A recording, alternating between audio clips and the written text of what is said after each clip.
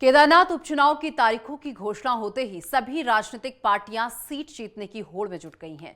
भाजपा और कांग्रेस के प्रत्याशियों के अलावा कई क्षेत्रीय नेता भी इस बार मैदान में उतरेंगे। राजनीतिक पार्टियों के केंद्रीय नेतृत्व की नजरें भी इस सीट पर अटकी हुई हैं और दोनों ही दल उपचुनाव में जीत का दावा कर रहे हैं। इस खास रिपोर्ट को देखिए।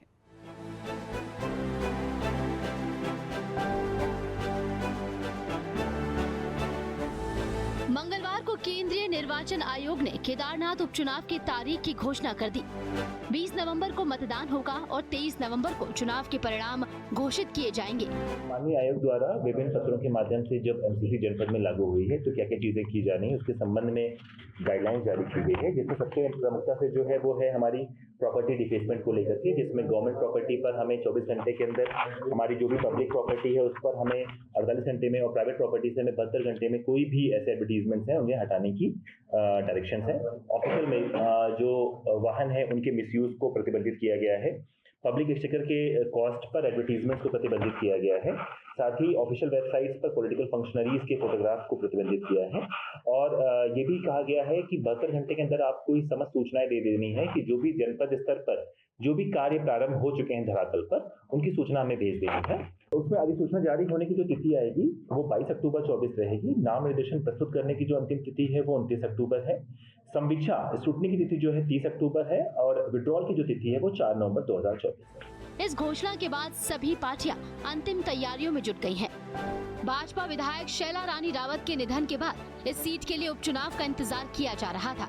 भाजपा ने बूथ स्तर के नेताओं को जिम्मेदारी दी है, जबकि मुख्यमंत्री, मंत्री और विधायकों को भी सक्रिय किया गया है।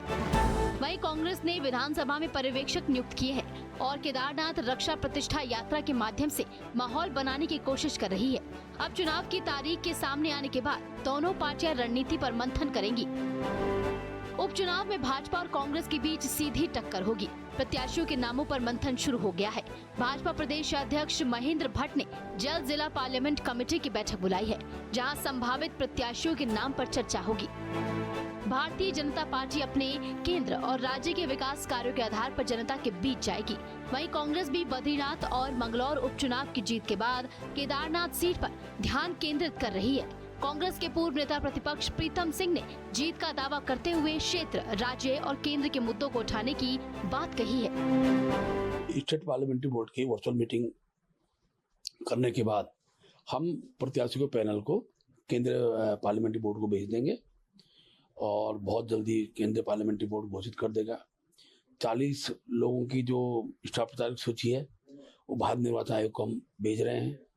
जैसे वहाँ से वो सूची ओके आती है आयोग से, वो सूची भी हम प्रेस को जारी करेंगे। इसके साथ साथ आगामी कार्यक्रमों की दृष्टि से हमने वहाँ मुख्यमंत्री के आभार के कार्यक्रम ये सभी एक मंडल में 2 या 3 कार्यक्रम हमने निर्धारित किए हैं, जिसमें हमारे प्रदेश के पदाधिकारी, प्रदेश सरकार के मंत्रीगण वहाँ जाएंगे।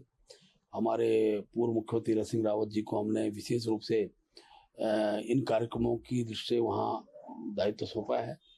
इसके साथ साथ हमारे महामंत्री अजय जी आज रुद्रप्रयाग पहुंच चुके हैं। केदारनाथ कल से उनकी बैठकें प्रारंभ हो गई हैं।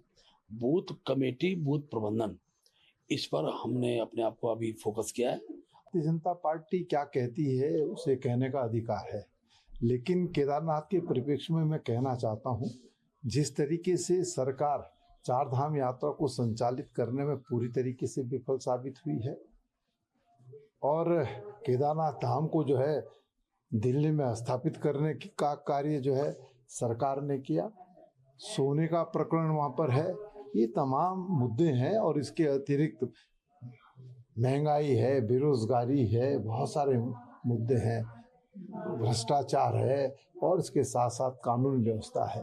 तो ये तमाम विषय है।